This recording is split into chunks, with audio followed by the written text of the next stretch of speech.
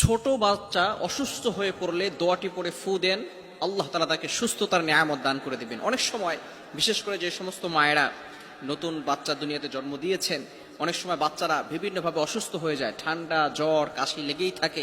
মায়েরা টেনশনে পড়ে যান, কি করবেন। অনেক সময় ডক্টর পাশে থাকে না, অবশ্যই বাচ্চাদেরকে ডক্টরের কাছে নিয়ে যাবেন। এরপরেও কিছু কোরআনী আমল রয়েছে, আল্লাহ তাআলা কোরআনের ভিতরে সব দিয়েছেন। কিছু দোয়া করে ফু দিলে রাসূলুল্লাহ সাল্লাল্লাহু আলাইহি ওয়াসাল্লাম যে দোয়াগুলো আমাদেরকে শিক্ষা দিয়েছেন, এই দোয়াগুলো পরে যদি আমরা ফু দেই তাহলে বাচ্চা সুস্থ হয়ে যাবে। এর ঘটনা রাসূলুল্লাহ সাল্লাল্লাহু আলাইহি ওয়াসাল্লামের নিজের। একবার জিবরাইল আলাইহিস সালাম নবীজির কাছে হাজির হলেন। হাজির হওয়ার পরে রাসূলুল্লাহ সাল্লাল্লাহু আলাইহি ওয়াসাল্লাম একটু চিন্তিত ছিলেন, পেরেশান ছিলেন। রাসূলুল্লাহ সাল্লাল্লাহু আলাইহি ওয়াসাল্লামকে জিবরাইল আলাইহিস সালাম বললেন, ইয়া রাসূলুল্লাহ, ইয়া হাবিবাল্লাহ, আজকে আপনাকে একটু চিন্তিত মনে হচ্ছে, কি হয়েছে?